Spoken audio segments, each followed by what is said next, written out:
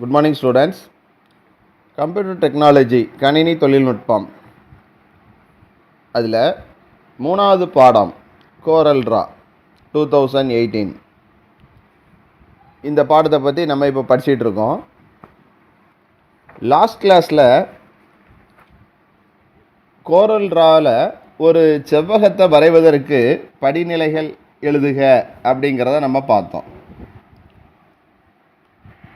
ஒரு ரெக்டாங்கிள் வரைவதற்கு, ரெக்டாங்கிள் அப்படின்னா அந்த ரெக்டாங்கிள்குள்ளே சதுரம், ஒரே கமாண்டு தான், ஆனால் சதுரமும் வரைஞ்சிடலாம், செவ்வகமும் வரைஞ்சிடலாம். அது எப்படி வரையலாம் அப்படிங்கிற அந்த படிநிலைகளை நம்ம லாஸ்ட் கிளாஸில் பார்த்தோம். இப்போ இந்த கிளாஸில் நம்ம என்ன படிக்க போகிறோம் அப்படின்னா, கோரல்ட்ராவில் வட்டத்தை வரைய படிநிலைகளை எழுதுக. அந்த பாடத்தை பார்த்துட்டு புக் பேக்கில் உள்ள அந்த கொஸ்டினுக்குரிய ஆன்சர் என்ன அப்படிங்கிறத நம்ம என்ன செய்வோம், இந்த கிளாஸில் பார்ப்போம். உங்களுடைய புக்கில் 5 மார்க் கொஸ்டினில் 3வது கொஸ்டின், கோரல்ட்ராவில் வட்டத்தை வரைய படிநிலைகளை எழுதுக. Page number 109. 109வது பக்கத்தில் வட்டம் வரைதல் அப்படின்னு சொல்லி இருக்குது. அதோடு சேர்ந்த ஒன்று நீள்வட்டம் வரைதல். அதனால் இந்த ரெண்டையும் நம்ம சேர்ந்து என்ன செய்வோம், ஒன்று போல் பார்ப்போம். முதலாவது நீள்வட்டம் வரைதல் பார்த்துட்டு அப்புறம் வட்டம் வரைதல் படிப்போம். படிச்சுட்டு புக் பேக் கொஸ்டினுக்கு என்ன ஆன்சர் அப்படிங்கிறதையும் நான் உங்களுக்கு என்ன செய்வேன், சொல்லி அதை நடத்துவேன். இப்போ முதலாவது நீள்வட்டம் வரைதல் 108ஆம் பக்கம். இது நம்மளுடைய புக் பேக்கில் கிடையாது. ஆனால் இந்த நீள்வட்டமும் வட்டமும் ஒன்றுக்கு ஒன்று தொடர்புடைய ஒரே கமாண்டை பயன்படுத்தி வரக்கூடியதுங்கிறனால அந்த ரெண்டையும் சேர்த்து பார்ப்போம். இந்த லாஸ்ட் கிளாஸில் நம்ம ரெக்டாங்கிளும் ஸ்கொயரும் பார்த்தோம். அந்த ரெண்டும் சதுரமும் சரி செவ்வகமும் சரி வரைவதற்கு பயன்படுத்தக்கூடிய கமாண்டு ரெக்டாங்கிள் கமாண்டு அப்படின்னு பார்த்தோம். அதே மாதிரி வட்டமும் நீள்வட்டமும் வரைவதற்கு பயன்படுத்தக்கூடிய கமாண்டு வந்து ஒரே கமாண்டு தான், அது ellipse command. Adobe PageMaker first lesson, Adobe InDesign second lesson, இந்த 2 லெசன்லேயுமே பேசிக் ஷேப்ஸு என்ன சொல்லியிருந்தாங்களோ, என்ன படித்தோமோ அதே தான் இந்த கோரல்ட்ராலையும். இப்போ அடாப்ட் பேஜ் மேக்கர், அடாப்ட் இன் டிசைனில் பேசிக் ஷேப்ஸுக்கு பயன்படுத்தக்கூடிய கமாண்டுகள் 3 கமாண்டு தான். Rectangle command, ellipse command, polygon command. Rectangle கமாண்டை பயன்படுத்தி சதுரம் செவ்வகம் வரையலான்னு சொல்லி பார்த்தோம். எலிப்ஸ் கமாண்டை பயன்படுத்தி நீள்வட்டம் வட்டம் வரையலான்னு சொல்லி பார்த்தோம். பாலிகான் கமாண்டை பயன்படுத்தி பல பக்க கோண அளவுகள் கொண்ட ஒரு வடிவத்தை வரையலாம் அப்படின்னு சொல்லி பார்த்தோம். இப்போ இதே மாதிரி தான் கோரல்ட்ராலையும். ரெக்டாங்கிள் அந்த டூல் பாரில் என்னெல்லாம் இருக்குது அப்படின்னா, ரெக்டாங்கிள் கமாண்ட் இருக்குது, எலிப்ஸ் கமாண்ட் இருக்குது, அடுத்தது பாலிகான் கமாண்டு. அதில் லாஸ்ட் கிளாஸில் நம்ம வந்து ஒரு ரெக்டாங்கிள் வரைகிறதுக்கும் ஒரு ஸ்கொயர் வரைகிறதுக்கும் எப்படி அப்படின்னு சொல்லி படிநிலைகளை பார்த்தோம். ரெக்டாங்கிள் கமாண்டை பயன்படுத்தி ஒரு சதுரமும் ஒரு செவ்வகமும் வரைவது எப்படி அப்படின்னு சொல்லி பார்த்தோம். இன்றைக்கி கிளாஸில் எலிப்ஸ் கமாண்டை பயன்படுத்தி வட்டம் மற்றும் நீள்வட்டம் வரைவது எப்படி அப்படின்னு சொல்லி பார்க்க போகிறோம். அடுத்தது பாலிகான் கமாண்டும் இருக்குது. இப்போது முதல்ல உங்கள் பேஜ் நம்பர் 102 அதில் பாருங்கள், 102ஆம் பக்கத்தில் அதில் வந்து டூல் பாக்ஸ் கொடுத்துருக்காங்க. அந்த டூல் பாக்ஸில் என்னென்ன கமாண்ட்ஸ்லாம் இருக்குது அப்படிங்கிறத நம்ம என்னென்ன டூல்லாம் இருக்குது அப்படிங்கிறத முதல்ல நம்ம பார்ப்போம். பார்த்துட்டு அதுக்கப்புறமா என்ன செய்வோம், நீள்வட்டம் வரைதலை பற்றி பார்ப்போம். இப்போ 102ஆம் பக்கத்தில் பார்த்தீங்கன்னா அந்த டூல் பாக்ஸில் என்னென்ன டூல்லாம் இருக்குது அப்படின்னு பார்த்தீங்கன்னா pick tool, shape tool, crop tool, zoom tool, free hand tool, அடுத்தது ஆர்டிஸ்டிக் மீடியா டூல், அதுக்கப்புறம் பார்த்தீங்கன்னா rectangle tool, ellipse tool, polygon tool. இந்த 3 டூலும் அந்த கருவி பெட்டியில் தான் இருக்குது, டூல் பாக்ஸில் தான் இருக்குது. அப்புறம் டெக்ஸ்ட் டூல் இருக்குது, டைமென்ஷன் டூல் இருக்குது, ஸ்ட்ரைட் லைன் கனெக்டர் டூல் இருக்குது, ட்ராப் ஷேடோ டூல் இருக்குது, டிரான்ஸ்பரன்சி டூல் இருக்குது, கலர் ஐட்ராப்பர் டூல் இருக்குது, ஸ்மார்ட் ஃபில் டூல் இருக்குது. இப்போ நம்ம மற்ற டூல்லாம் அப்புறம் பார்ப்போம். அப்போ இந்த டூல் பாக்ஸில் போய் நம்ம என்ன செய்யலாம், இந்த டூலை எடுக்கலாம். எந்த டூல் எடுக்கலாம், ரெக்டாங்கிள் டூலையோ, எலிப்ஸ் டூலையோ, பாலிகான் டூலையோ எடுக்கலாம்.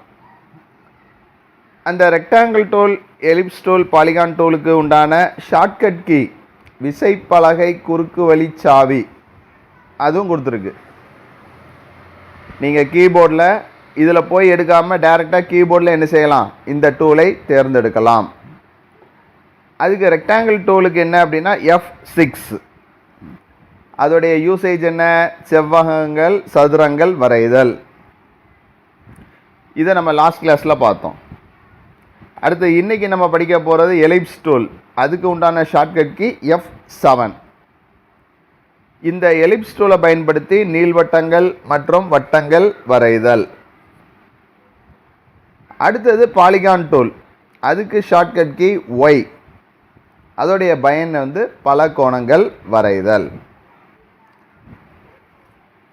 அப்போ ஒரு டூல் பாக்ஸில் என்னென்ன கருவியெல்லாம் இருக்குது, அந்த கருவிகளில் தான் எந்த கருவியெல்லாம் இருக்குது, ரெக்டாங்கிள் டூல் இருக்குது, இந்த எலிப்ஸ் டூல் இருக்குது, பாலிகான் டூல் இருக்குது. இப்போ நீங்கள் 109வது பக்கத்துக்கு வாங்க. அதில் நீள்வட்டம் வரைதல் 109வது பக்கம், நீள்வட்டம் வரைதல்.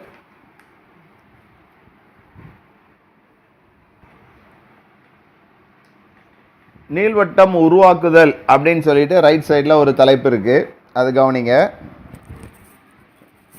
Page number 108.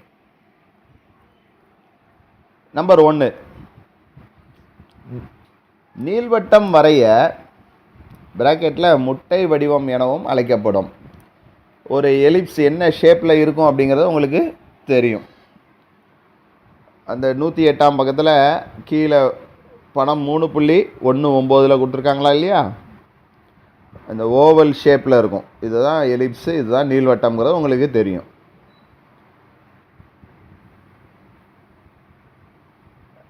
இப்போ நம்ம நோட்ஸுக்கு பாருங்கள். நம்பர் 1, நீள்வட்டம் வரைய கருவி பட்டையில் எலிப்ஸ் கருவியை தேர்ந்தெடுக்கவும். அப்போ இப்போ தான் நான் சொன்னேன், டூல் பாரில் அந்த டூல் பாக்ஸில் என்னென்ன டூல்லாம் இருக்குதுன்னு சொல்லி பார்த்தோம். அதில் தான் அந்த எலிப்ஸ் டூலும் இருந்துச்சு. அப்போ அந்த டூல் பாக்ஸில் போய் எலிப்ஸ் டூலை தேர்ந்தெடுக்கலாம். உன்னுடைய சுட்டியை வச்சு மவுஸை வச்சு நம்ம என்ன செய்கிறோம், அந்த டூலை கிளிக் பண்ணி தேர்ந்தெடுக்கும். சுட்டியின் வடிவம் கிராஸ் ஹேர் குறியுடன் கீழ்ப்பக்கத்தில் நீள்வட்டம் கொண்ட குறியாக குறிக்கும். நம்ம அதை கிளிக் பண்ண உடனே அந்த சுட்டியோடைய அந்த ஆரோக்கி எப்படி மாறிடுமா, கிராஸ் ஹேர் குறியுடன் ஒரு கிராஸ் மாதிரி ஒரு சிம்பல், அந்த குறியோட கீழ்ப்பகுதியில் நீள்வட்டம் கொண்ட ஒரு குறி மாதிரி என்ன செய்யுமா, தோன்றுமா. அந்த டூலை செலக்ட் பண்ண உடனே. நம்பர் 2, இப்போது வரையும் பகுதியில் எங்கு நீள்வட்டம் வரைய வேண்டுமோ அங்கு சுட்டியின் இடது பத்தானை அழுத்தி கொண்டே இழுக்க வேண்டும். இப்போ ரெண்டாவது என்ன செய்கிறோம், அந்த மவுஸை வச்சு நமக்கு ஸ்க்ரீனில் எந்த இடத்துல நீள்வட்டம் வேணுமோ அந்த இடத்துல அதை கிளிக் பண்ணி அப்படியே ட்ராக் பண்ண போகிறோம். மூணாவது, நீள்வட்டம் நீங்கள் விரும்பும் வடிவை அடைந்தவுடன் சுட்டியின் பொத்தானை அழுத்துவதை விட்டுவிடவும். நமக்கு வேண்டிய அந்த சைஸ் வந்த உடனே நம்ம சுட்டியிலிருந்து கையை எடுத்துடுறோம். எடுத்த உடனே நமக்கு தேவையான ஒரு நீள்வட்டம் உருவாகி விடும். அப்போது 3 பாயிண்ட்டு தான். நம்பர் 1, நீள்வட்டம் வரைவதற்கு டூல் பாக்ஸில் போய் எலிப்ஸ் டூலை தேர்ந்தெடுக்கணும். நம்பர் 2, அதை எங்கே நம்ம வரையணுமோ அந்த இடத்துல என்ன செய்கிறோம், சுட்டியை கிளிக் பண்ணி அப்படியே ட்ராக் பண்ணுறோம், இழுக்கிறோம். 3வது, நமக்கு வேண்டிய சைஸ் வந்த உடனே நம்ம அதை விட்டு விடுறோம். இப்போ நமக்கு தேவையான ஒரு நீள்வட்டம் கிடைத்து விடும். கீழே இப்போ 3.19 எப்படி இருக்கோ அதே மாதிரி ஒரு தோற்றம், ஒரு வடிவம், ஒரு ஷேப் நமக்கு கிடைத்து விடும். இது நீள்வட்டம் வரைவதற்கு உண்டான படிநிலைகள். அடுத்தது வட்டம், ஒரு சர்க்கிள் வரைவதற்கு உண்டான படிநிலைகளை இப்போ பார்ப்போம். இதுதான் நமக்கு 5 மார்க் கொஸ்டினில் 3வது கொஸ்டின். ரெட் கலரில் ஷேட் அடிச்சிருக்கோமா இல்லையா? சரி, இப்போ அதை ஒவ்வொன்றா பார்ப்போம். பேஜ் நம்பர் 109, இடது பக்கத்தில் மேலே வட்டம் வரைதல். இதுலேயும் 3 பாயிண்ட்டு தான். எப்படி நீள்வட்டம் வரைவதற்கு 3 பாயிண்ட் இருந்ததோ அதே மாதிரி வட்டம் வரைதலுக்கும் 3 பாயிண்ட்டு. நம்பர் 1, வட்டம் வரைய நீள்வட்ட கருவியை கருவிப்பட்டையிலிருந்து தேர்ந்தெடுக்கவும். இந்த வட்டம் வரைவதற்கு நம்ம டூல் பாக்ஸில் போய் எந்த கமாண்டை தான் எடுக்கணும், எலிப்ஸ் டூலை தான் எடுக்கணும். ரெக்டாங்கிளுக்கும் ஸ்கொயருக்கும் எப்படி ரெக்டாங்கிள் கமாண்டோ அதே மாதிரி நீள்வட்டம் வரைவதற்கும் வட்டம் வரைவதற்கும் பயன்படுத்தக்கூடிய கமாண்டு எலிப்ஸ் டூல். சுட்டியின் வடிவம் கிராஸ் ஹேர் குறியுடன் கீழ்ப்பகுதியில் நீள்வட்டம் கொண்டு குறியாக இருக்கும். இப்போ அந்த ஸ்க்ரீனில் நீங்கள் அந்த கர்சர் எப்படி இருக்குன்னு சொல்லி பார்த்தீங்க அப்படின்னா, ஒரு கிராஸ் சிம்பலோட அதுக்கு கீழே நீள்வட்டம் மாதிரி கொண்ட ஒரு குறியோட அது என்ன செஞ்சிருக்கும், உருவாகி இருக்கும். நம்பர் 2, இப்போது வரையும் பகுதியில் எங்கு வட்டம் வர வேண்டுமோ அங்கு கண்ட்ரோல் விசையை அழுத்தி வைத்தவாறு சுட்டியின் இடது பொத்தானை இழுத்து நகர்த்த வேண்டும். நம்ம இந்த நீள்வட்டமும் வட்டமுக்கும் உள்ள ஒரே வித்தியாசம், நம்ம அந்த சுட்டியில் இடது பக்கத்தில் அதை கிளிக் பண்ணி ட்ராக் பண்ணும்போது கண்ட்ரோல் கீயை அழுத்திக்கிட்டே கிளிக் பண்ணி ட்ராக் பண்ணணும். கண்ட்ரோல் கீயை அழுத்தாமல் கிளிக் பண்ணி ட்ராக் பண்ணால் எலிப்ஸ் கமாண்டில் எலிப்ஸ் வந்துடும். கண்ட்ரோல் கீயை அழுத்திக்கிட்டு அந்த எலிப்ஸ் டூலை பயன்படுத்தி நம்ம சுட்டியில் அப்படியே கிளிக் பண்ணி ட்ராக் பண்ணோம் அப்படின்னா நமக்கு ஒரு சர்க்கிள், ஒரு வட்டம் வரையப்பட்டு விடும். அப்போ செகண்ட் பாயிண்ட்டு, கண்ட்ரோல் கீயை அழுத்தின மாதிரி நம்ம என்ன செய்கிறோம், சுட்டியை கிளிக் பண்ணி ட்ராக் பண்ணுறோம். 3வது, நீங்கள் விரும்பும் வட்ட வடிவம் தோன்றியவுடன் சுட்டியின் பொத்தானை அழுத்துவதை விட்டுவிடவும். 3வது பாயிண்ட்டு, நமக்கு வேண்டிய அந்த வட்டம் வடித்த உடனே சுட்டியின் பொத்தானை அழுத்துவதை விட்டுவிட வேண்டும். இப்போ நமக்கு இதை மாதிரி ஒரு சர்க்கிள் கீழே 3.20 அந்த படத்தில் எப்படி இருக்கோ அதே மாதிரி ஒரு வட்டம் நமக்கு கிடைத்து விடும். அப்போ 2 விதமான ஷேப்பு வரைவதை இன்றைக்கி பார்த்துருக்கோம். ஒன்று நீள்வட்டம், இன்னொன்று வட்டம். இந்த 2க்குமே படிநிலைகள், 3 படிநிலைகளும் ஒரே படிநிலைகள் தான். 2வது பாயிண்டில் மட்டும் வட்டத்துக்கு மட்டும் வரைகிறதுக்கு ஒரு கண்ட்ரோல் கீயை எக்ஸ்ட்ரா என்ன செய்கிறோம், நம்ம ஆட் பண்ணுறோம். கண்ட்ரோல் கீயை அழுத்திக்கிட்டே சுட்டியை வச்சு வரைஞ்சோம் அப்படின்னா சர்க்கிள் உருவாகும். கண்ட்ரோல் கீயை அழுத்தாமல் நம்ம சுட்டியை வச்சு நம்ம கிளிக் பண்ணி ட்ராக் பண்ணோம் அப்படின்னா ஒரு நீள்வட்டம் உருவாகிவிடும். இப்போ அது எப்படி நமக்கு இருக்குது அப்படிங்கிறத நம்ம விஷுவலாக என்ன செய்வோம், பார்ப்போம். அது பார்க்கும்போது உங்களுக்கு இன்னும் நல்லா புரியும். இப்போ பாருங்கள், டூல் பாக்ஸில் போயிட்டு அந்த கமாண்டை நீள்வட்டம் கமாண்டை செலக்ட் பண்ண உடனே அந்த கிராஸ் குறியோட கீழே ஒரு நீள்வட்ட வடிவத்தில் உருவாகியிருக்கு.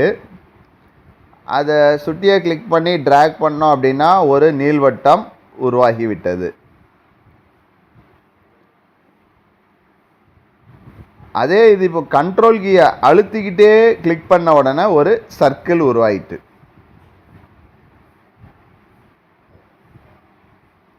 இன்னொரு தடவை ஃபஸ்ட்லேருந்து பாருங்கள். டூல் பாக்ஸில் வந்துட்டு நீள்வட்டம் டூலை எடுத்த உடனே ஒரு கிராஸ் சிம்பிளோட கீழே ஒரு நீள்வட்ட குறி தோன்றுகிறது. நம்பர் 1. ரெண்டாவது கிளிக் பண்ணி நமக்கு தேவையான அளவுக்கு ட்ராக் பண்ணி இழுத்து விடுறோம். மூணாவது நமக்கு வேண்டிய சைஸ் வந்ததும் விட்ட உடனே ஒரு நீள்வட்டம் உருவாகிடுச்சு. இப்போ கண்ட்ரோல் கீயை அழுத்திக்கிட்டே நம்ம அதை கிளிக் பண்ணி ட்ராக் பண்ணால் ஒரு சர்க்கிள் உருவாயிடுச்சு.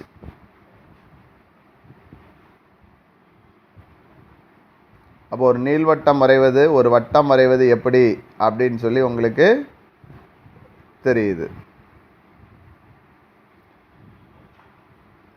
நம்ம அதை செலக்ட் பண்ண உடனே அந்த டாட் டாட் டாட் டாட்டாக தோன்றிட்டுனா அது செலக்ட் பண்ணப்பட்டிருக்குன்னு அர்த்தம்.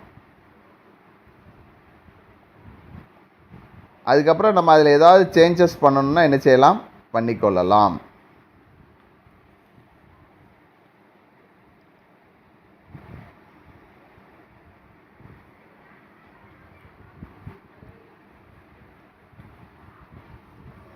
இப்போ இன்னொரு தடவை பாருங்கள். அந்த நம்பர் 1 டூல் பாக்ஸில் போயிட்டு நீள்வட்டம் எலிப்ஸ் டூலை தேர்ந்தெடுத்த உடனே ஒரு கிராஸ் ஹேரோட கீழே சின்ன ஒரு நீள்வட்டம் சிம்பிள் நமக்கு தெரியுது. ரெண்டாவது நம்ம கிளிக் பண்ணி அதை ட்ராக் பண்ணி நமக்கு தேவையான சைஸ் வரவும் அதை விட்டு விடுறோம். ஒரு நீள்வட்டம் கிடச்சிருது. கண்ட்ரோல் கீயை அழுத்திக்கிட்டே அதை அப்படியே கிளிக் பண்ணி ட்ராக் பண்ணோம் அப்படின்னா ஒரு சர்க்கிள் உருவாகி விடுது. அப்போ ஒரு நீள்வட்டம் வரைதல் எப்படி, ஒரு வட்டம் வரைதல் எப்படிங்கிறது நமக்கு நல்லா தெரியுது. இது ஒரு 5 மார்க் 3 மார்க் கொஸ்டின். 3 மார்க் கொஸ்டினில் இது ஒரு 3வது கொஸ்டின். வட்டம் வரைதல் அதுக்கு உண்டான படிநிலைகளை எழுதுக அப்படின்னு சொல்லி கொஸ்டின் இருக்கும். நீங்கள் இந்த 3 பாயிண்ட்டை மட்டும் என்ன செஞ்சால் போதும், எழுதுனா போதும். இது ஒரு 3 மார்க் கொஸ்டின். நம்ம எப்படி விஷுவலாக பார்த்தோமோ அதே தான் நோட்ஸில் அப்படியே தான் இருக்குது. நம்பர் 1 அந்த டூல் பாக்ஸில் போய் டூலை தேர்ந்தெடுக்கணும். தேர்ந்தெடுத்த உடனே அந்த சுட்டியோடைய வடிவம் எப்படி மாறுது அப்படின்னா ஒரு கிராஸ் சிம்பிளோட அதுக்கு கீழ்ப்பகுதியில் ஒரு நீள்வட்டம் கொண்டு குறியாக இருக்கிறது. ரெண்டாவது இப்போ வரைகிற பகுதி எந்த இடத்துல நம்ம வரையணுமோ அந்த இடத்துல என்ன செய்கிறோம், கண்ட்ரோல் விசையை அழுத்திக்கிட்டே சுட்டியை கிளிக் பண்ணி ட்ராக் பண்ணோம் ட்ராக் பண்ண வேண்டும். மூணாவது நீங்கள் விரும்பும் வட்ட வடிவம் நமக்கு என்ன சைஸ் வேணுமோ அந்த சைஸ் வரவும் நம்ம அந்த சுட்டியிலேருந்து கையை எடுத்துடுறோம். நீங்கள் விரும்பும் வட்ட வடிவம் தோன்றியவுடன் சுட்டியின் பத்தானை அழுத்துவதை விட்டுவிட வேண்டும். இப்போ நமக்கு ஒரு வட்டம் ஒரு சர்க்கிள் என்ன செஞ்சிடும், உருவாகிவிடும். சரி, அடுத்தது 93வது பக்கத்தில் நம்ம நேற்று லாஸ்ட் கிளாஸில் நம்ம பார்த்தோம். கோரல் ட்ரா அப்படின்னா என்ன அப்படின்னு சொல்லி ஒரு கொஸ்டின் படித்தோம். ஒரு 2 மார்க் கொஸ்டின். கோரல் ட்ராவுடைய பயன் என்ன அப்படின்னு. அப்போ அதில் என்ன சொன்னோம், உயர்தர வரைகலை சித்திரங்கள் ஹை குவாலிட்டியில் நம்ம ஒரு கிராஃபிக்ஸு ஒரு டிராயிங்கு உருவாக்கலாம். லோகோ வடிவமைப்பு மற்றும் பக்க அமைப்புகளை உருவாக்குவதற்கான ஒரு பயன்பாடுன்னு சொல்லி பார்த்தோம். அப்போ லோகோஸ்லாம் என்னன்னு நமக்கு தெரியும். ஒரு கம்பெனிக்கோ ஒரு ஆஃபீஸுக்கோ ஒரு ஹாஸ்பிட்டலுக்கோ அவங்க எந்த ஒரு நிறுவனத்துக்கோ ஒரு லோகோ வச்சுருப்பாங்க. அவங்க கம்பெனிக்குன்னு ஒரு லோகோ. அதே மாதிரி ஸ்கூல், நம்ம ஸ்கூலுக்கு ஒரு லோகோ உண்டு. அப்போ இந்த லோகோவெல்லாம் வடிவமைக்கிறது கோரல் ட்ராவில் ரொம்ப எளிதாக என்ன செய்யலாம், வடிவமைக்கலாம்னு சொல்லிட்டு நம்ம லாஸ்ட் கிளாஸில் பார்த்தோம். இப்போ நிறைய வரைகலை மற்றும் பிட் மேப்புகளை புரிந்து கொள்ளுதல், வெக்டர் கிராஃபிக்ஸ், இன்னொன்று பிட் மேப்பு. அப்படின்னா என்ன, வெக்டர் கிராஃபிக்ஸ்னால் என்ன, பிட் மேப்னா என்ன, அந்த ரெண்டையும் பற்றி நம்ம இன்றைக்கி என்ன செய்வோம் பார்ப்போம். பேஜ் நம்பர் 93 அதில் வலது பக்கத்தில் நெறிய வரைகளை மற்றும் பிட் மேப்புகளை புரிந்து கொள்ளுதல் அப்படின்னு சொல்லிட்டு ஒரு தலைப்பு இருக்குது. அதை பார்ப்போம். கணிப்பொறி வரைகலையில் 2 முக்கிய வகைகள் உள்ளன. கம்ப்யூட்டரில் நம்ம ஒரு கிராஃபிக்ஸை உருவாக்குவதற்கு 2 வகை தான் இருக்குது. 2 முக்கிய வகை. அது என்ன? ஒன்று நெறிய வரைகலை வெக்டர் கிராஃபிக்ஸ் மற்றும் பிட் மேப்பு. 2வது பிட் மேப்பு. அப்போ இந்த கிராஃபிக்ஸ் வரைகிறதுல 2 விதமான அமைப்புகள் இருக்குது. அதில் ஒன்று வெக்டர் கிராஃபிக்ஸு, அடுத்தது பிட் மேப்பு. அப்போ முதலாவது வெக்டர் கிராஃபிக்ஸ்னால் என்னன்னு சொல்லி பார்ப்போம். அடுத்தது பிட் மேப்னா என்னன்னு சொல்லி பார்ப்போம். ஃபஸ்ட்டு வெக்டர் கிராஃபிக்ஸ், நெறிய வரைகலை. நெறிய வரைகலை கோடுகள் மற்றும் வளைவுகளால் உருவாக்கப்படுகின்றன. பொதுவாக ஒரு கிராஃபிக்ஸோ இல்லை ஒரு டிராயிங் நமக்கு உருவாகிறது ஒன்று கோடுகள் இல்லைன்னா வளைவுகள் இருக்கும். அந்த படத்தில், அந்த கிராஃபிக்ஸில், அந்த டிராயிங்கில் நம்ம வரையும் போது ஒன்று கோடு இருக்கும் இல்லைன்னா வளைவு. அதெல்லாம் சேர்ந்து தான் நமக்கு பார்க்குறதுக்கு ஒரு உருவம், ஒரு தோற்றத்தை அது என்ன செய்யும், கொடுக்கும். அவை கணித விளக்கங்கள் மூலம் உருவாக்கப்படுகின்றன. இந்த நம்ம வெக்டார் பற்றி உங்களுக்கு தெரியும். வெக்டார் மேக்ஸில் இருக்குது. அந்த கணித விளக்கங்கள் மூலமாக இந்த வெக்டார் கிராஃபிக்ஸில் அந்த படங்கள் என்ன செய்யுது, உருவாக்கப்படுகிறது. ஒரு புள்ளியிலிருந்து அடுத்த புள்ளி, அது கோடுகளாகவும் போகலாம், வளைவுகளாகவும் போகலாம். அப்படின்னு சொல்லிட்டு நம்ம மேக்ஸில் என்ன செய்வோம் பார்ப்போம். அதே மாதிரி கிராஃபிக்ஸில், வெக்டார் கிராஃபிக்ஸில் கணித விளக்கங்கள் மூலமாக இந்த வரைகளை உருவாக்கப்படுகிறது. இந்த வரைகளை லோகோக்கள் மற்றும் இல்லஸ்ட்ரேஷன்ஸ்க்கு மிகவும் ஏற்றது. இல்லஸ்ட்ரேஷன்ஸ்னால் விளக்கங்கள், லோகோக்கள். லோகோ அப்படிங்கிறது ஒரு படம் இருக்கும், அப்புறம் அதுக்கு ஒரு விளக்கம் பக்கத்தில் ஏதாவது ஒன்று எழுதியிருப்பாங்க. நம்ம ஸ்கூலுடைய லோகோ என்னது, அகவீருள் அகச்சி அறிவொளி வீசுகன்னு சொல்லி ஒரு தீப்பந்தம் இருக்கும். அப்போ அந்த படத்துக்கும் அந்த வார்த்தைக்கும் ஒரு சம்மந்தத்தோடு தான் அந்த லோகோக்களை உருவாக்குவாங்க. அப்போ அதில் என்ன இருக்குது, அந்த லோகோவில் ஒரு இல்லஸ்ட்ரேஷன், ஒரு விளக்கங்களும் அதில் என்ன செய்யுது இருக்குது. இது இந்த வெக்டார் கிராஃபிக்ஸ் மூலமாக என்ன செய்கிறாங்க, ரொம்ப எளிதாக உருவாக்கப்படுகிறது. அவை தெளிவுத்திறன் சார்பற்ற வரைகலை என்பதால் வேண்டிய அளவில் மாற்றலாம். இதை நம்ம வேண்டிய மாதிரி என்ன செஞ்சுக்கிடலாம், ரொம்ப ஈஸியாக மாற்றலாம், அச்சிடலாம். அதுக்கப்புறம் எந்த தெளித்திறனிலும் விவரம் மற்றும் தரத்தை இழக்காமல் திரையிடலாம். இந்த வெக்டார் கிராஃபிக்ஸ் மூலமாக நம்ம ஒரு டிராயிங்கோ இல்லைன்னா ஒரு எழுத்தோ அச்சிடும்போது அதோடைய பார்வை திறன், நம்ம பார்க்கக்கூடிய அந்த விஷன், அந்த திறன் பார்க்குறதுக்கு அந்த குவாலிட்டி ரொம்ப நல்லாயிருக்கும். நீ அதை எப்படி அதை ஜூம் பண்ணி பார்த்தாலும் சரி, அதோடைய தரத்தை இழக்காமல் நம்ம அதை என்ன செய்யலாம், திரையிடலாம், அதாவது பார்க்கலாம். எதில், வெக்டார் கிராஃபிக்ஸில். அடுத்தது பிட் மேப்பு. இப்போ வெக்டார் கிராஃபிக்ஸ்னால் என்னன்னு உங்களுக்கு தெரியுது. அடுத்த பேஜ் 94 பக்கம் பிட் மேப். பிட் மேப்பில் பாருங்கள், இப்போ உங்களுக்கு ஒரு உதாரணத்துக்கு 94 பக்கத்தில் படம் 3.2 பாருங்கள்.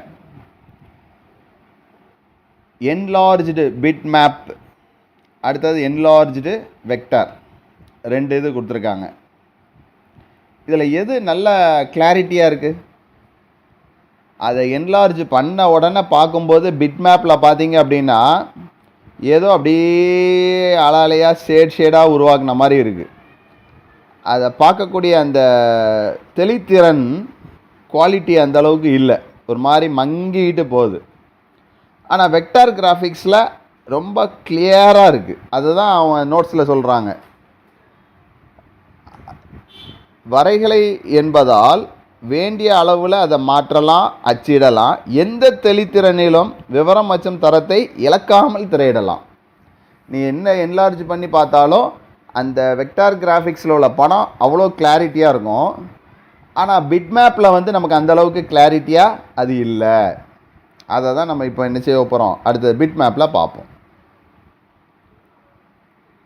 இப்போது 94ஆம் பக்கத்தில் இடது பக்கத்தில் மேலே பிட்மேப்பு. பிட்மேப்புகள் ராஸ்டர் படங்கள் எனவும் அழைக்கப்படுகின்றன. அதுக்கு இன்னொரு பேர் ராஸ்டர். அவை பிக்சல்கள் என்று அழைக்கப்படும் சிறிய சதுரங்களால் ஆனவை. சின்ன சின்ன சின்ன சதுரம், அதை தான் என்னென்னு சொல்லணும்னா பிக்சல். நம்ம இந்த கேமராவில் சொல்லுவோம் பிக்சல் அப்படின்னு சொல்லுவோமா இல்லையா? சின்ன சின்ன சின்ன சதுரமாக தான் அது எல்லாம் சேர்ந்து தான் அது ஒரு டிராயிங்காக என்ன செய்யும், நமக்கு காட்சிப்படுத்தப்படும். ஒவ்வொரு பிக்சலும் படத்தின் ஒவ்வொரு இடத்துடன் இணைக்கப்பட்டு வண்ணங்களின் எண் மதிப்புகளை கொண்டிருக்கும். ஒவ்வொரு பிக்சலும் படத்தில் அப்படியே சேர்ந்து சேர்ந்து சேர்ந்து இணைக்கப்பட்டு தான் வண்ணங்களின் எண் மதிப்புகளை அது கொண்டு இருக்கும். பிட்மேப்புகள் ஒரு படத்தில் வண்ண மண்டலங்களை நன்றாக மீளுருவாக்கம் ரீப்ரொடியூஸ் செய்கின்றன. எனவே அவை புகைப்படங்கள் மற்றும் எண்ம ஓவியங்களுக்கு மிகவும் பொருத்தமானவை. இந்த பிட்மேப்பில் வந்து என்ன அப்படின்னா பெயிண்டிங், டிஜிட்டல் பெயிண்டிங்க்கு இது ரொம்ப பொருத்தமானது. ஏன்னா நம்ம பெயிண்டிங் அடிக்கும்போது பார்த்துருப்பீங்க, அலையாக இருக்குமா இல்லையா? அப்படி விட்டு விட்டு விட்டு விட்டு விட்டு இருந்த மாதிரி தான் இருக்கும். அதுக்கு இந்த பிட்மேப் ரொம்ப ஏற்றது. பிட்மேப்புகள் தெளித்திறன் சார்ந்த படங்கள் ஆகும். அதாவது அவை ஒரு குறிப்பிட்ட எண்ணிக்கையிலான பிக்சல்களை பிரதிநிதிப்படுத்துகின்றன. அவை அவற்றின் குறிப்பிட்ட அளவுகளில் சரியாக இருக்கும். இப்போ இந்த பிக்சலில் வச்சு நம்ம வந்து அந்த எண்ணிக்கை சின்ன சின்ன சதுரமாக இருக்குன்னு சொல்கிறோமா இல்லையா? அந்த சின்ன சின்ன சதுரமாக எல்லாம் சேர்ந்து தான் அது ஒரு டிராயிங், ஒரு கிராஃபிக்ஸ் அது என்ன செய்யும், உருவாக்கும். அது ஒரு குறிப்பிட்ட அளவில் அது என்ன செய்யும், அப்படியே அதில் ஃபார்ம் ஆகும். ஆனால் அளவு மாற்றப்படும் போது அல்லது மிகுந்த தெளித்திறனுடன் அச்சிடும்போது அவை தெளிவில்லாமல் தோற்றமளிக்கின்றன. இந்த பிட்மேப்பில் உள்ள ஒரு ட்ராபேக்காக தான், நீ பார்க்கும்போது நீ வரையும் போது நல்ல தெளித்திறனில் இருக்கும். தெளித்திறன்னா நம்ம பார்க்கும்போது நல்ல கிளாரிட்டின்னு சொல்கிறோமா இல்லையா? அந்த கிளாரிட்டி நல்லாயிருக்கும். ஆனால் அதை கொஞ்சம் என்லார்ஜ் பண்ணி, கொஞ்சம் ஜூம் பண்ணி, கொஞ்சம் பெருசாக அது வரைந்த நம்ம அதோடைய கொஞ்சம் பெருசாக பார்க்கணுன்னு சொல்லி நம்ம பார்க்கும்போது அவை தெளிவில்லாமல் தோற்றமளிக்கின்றன அல்லது படத்தின் தரத்தை இழக்கின்றன. அப்போ இந்த பிட்மேப்புக்கும் வெக்டார் கிராஃபிக்ஸுக்கும் என்ன வித்தியாசங்கிறது உங்களுக்கு தெரியுது. வெக்டார் கிராஃபிக்ஸ் வந்து அந்த எண்கணித முறைப்படி நம்பர் படி 1, 0.1, 0.2லேருந்து அப்படி லைனு இல்லைன்னா ஒரு நேரான கோடு இல்லை ஒரு வளைவான கோடுகள் எல்லாம் அந்த கணித எண் அடிப்படையில் அது என்ன செய்யுது, உருவாகுது. அதை நீ என்லார்ஜ் பண்ணும்போதும் அதில் எந்த விதமான மாற்றமும் இருக்காது. ஏன்னா அந்த நம்பர் படி அது பாட்டுக்கு அது என்ன செய்யும், என்லார்ஜ் ஆகும். என்லார்ஜ் ஆகும்போது நமக்கு அந்த கிளாரிட்டியில் எந்த விதமான வேறுபாடோ மாற்றங்களோ இருக்காது. ஆனால் பிட்மேப் எப்படி அப்படின்னா சின்ன சின்ன சதுரம், ஒரு 4 சதுரத்தை அப்படியே வச்சா ஒரு லைன், அந்த மாதிரி சின்ன சின்ன சதுரமாக கொண்டு தான் அந்த படங்கள் என்ன செய்யுது, உருவாக்கப்படுகிறது. அதனால் நீ படத்தை வரையும் போது பார்க்குறதுக்கு அது நல்லா தெளித்திறனோடு இருக்கும். ஆனால் அதில் நீ கொஞ்சம் என்லார்ஜ் பண்ணி பார்க்கும்போது அது தன்னுடைய தரத்தை என்ன செய்யுது, இழக்கிறது. தோற்றம் வந்து பார்க்குறதுக்கு தெளிவில்லாமல் இருக்கும். சரி, அடுத்த பேராகிராஃப் பாருங்கள். கோரல்ட்ரா பயன்படுத்தி நீங்கள் நிறைய வரைகலையை உருவாக்க முடியும். CorelDRAW பயன்படுத்தி வெக்டார் கிராஃபிக்ஸை என்ன செய்ய முடியும், உருவாக்க முடியும். JPEG மற்றும் TIFF போன்ற பிட்மேப் படங்கள் கோப்புகளை நீங்கள் CorelDRAWக்கு இறக்குமதி செய்யலாம். நம்ம ஃபோட்டோ JPEG ஃபைல்னு சொல்கிறோமா இல்லையா, அல்லனா TIFF போன்ற பிட்மேப் படங்களையும் நம்ம CorelDRAWக்கு என்ன செய்யலாம், இறக்குமதி செய்யலாம். வேறு எதுலையாவது இருந்து CorelDRAWக்கு இம்போர்ட் பண்ணலாம். அதை உங்கள் வரைபடங்களில் சேர்க்கலாம். ஒரு பிட்மேப்பை உங்கள் பக்க வடிவமைப்பு மென்பொருளில் பெரிதாக்கினால் நீங்கள் அதன் தெளித்திறனை இழக்கலாம் அல்லது தெளிவில்லாமல் தோற்றமளிக்கும். ஏற்கனவே சொன்னது தான், பிட்மேப்பில் வந்து நீங்கள் அந்த படத்தை பெருசாக்கணும், ஜூம் பண்ணோம் அப்படின்னா அதோடைய தெளித்திறனை இழக்கலாம் அல்லது தெளிவில்லாமல் தோற்றமளிக்கும். பார்க்கறதுக்கு கிளாரிட்டி இருக்காது, ஒரு தெளிவும் என்ன செய்யாது, இல்லாத ஒரு தோற்றம் அளிக்கும். உங்கள் பக்க வடிவமைப்பு மென்பொருளில் பிட்மேப்பை சுருக்கினால் விளைவு நன்றாக இருக்கும். ஆனால் அதை நம்ம சுருக்கி பார்த்தோம் அப்படின்னா பார்க்குறதுக்கு தெளிவாக இருக்கும். ஆனால் அதை என்லார்ஜ் பண்ணணும் அப்படின்னா பார்க்குறதுக்கு தெளிவு இருக்காது. அப்போ பிட்மேப்னா என்ன, வெக்டார் கிராஃபிக்ஸ்னால் என்ன அப்படின்னு சொல்லி நம்ம இப்போது இந்த சிலபஸில் பார்த்தோம்.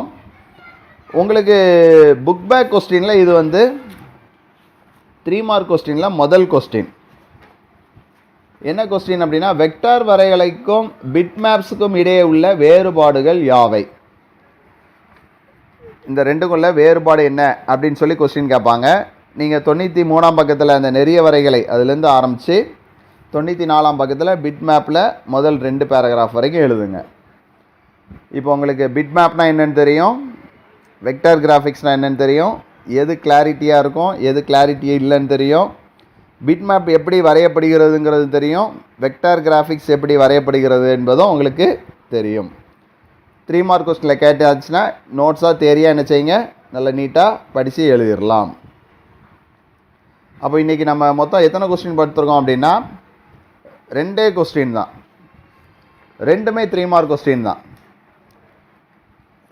3 மார்க் கொஸ்டினில் புக் பேக்கில் கொஸ்டின் நம்பர் 1ம் 3ம் பார்த்துருக்கோம். வெக்டார் வரைகலைக்கும் பிட்மேப்ஸுக்கும் இடையே உள்ள வேறுபாடுகள் யாவை, இது ஒரு கொஸ்டின். CorelDRAWவில் வட்டத்தை வரைய படிநிலைகளை எழுதுக, இது ஒரு கொஸ்டின். 2 கொஸ்டின் தான் நடத்தியிருக்கோம். 2ம் ரொம்ப எளிதான கேள்விகள் தான். அன்னன்னைக்கு நடத்துகிற பாடத்தை அன்னன்னைக்கு என்ன செய்யுங்க, படிச்சிங்க அப்படின்னா ரொம்ப உங்களுக்கு பரீட்சைக்கு ரிவிஷன் பண்ணுவதற்கு ரொம்ப எளிதாக இருக்கும். நான் எக்ஸாம் சொல்லும்போது நீங்கள் என்ன செய்யணும், அந்த எக்ஸாம் எழுதி எனக்கு என்ன செய்யணும், வாட்ஸ்அப் குரூப்பில் அனுப்பணும். அந்த டெஸ்ட் பேப்பரையும் பத்திரமா வச்சுருக்கணும். நம்ம ஒரு கிளாஸுக்கு மேக்ஸிமம் 2 கொஸ்டின் நடத்துகிறோம், இல்லை 3, சில நேரம் 1 கொஸ்டின் தான் நடத்துகிறோம். அதனால் நீங்கள் அன்னன்னைக்குள்ள பாடத்தை படிச்சிங்க அப்படின்னா ரொம்ப எளிமையாக இருக்கும். இல்லைன்னா அது அப்படியே சேர்ந்துட்டு அப்படின்னா உங்களுக்கு படிக்கிறதுக்கு கஷ்டமாக இருக்கும். அடுத்த கிளாஸில் நம்ம மற்ற கேள்விகளை பற்றி என்ன செய்வோம் பார்ப்போம்.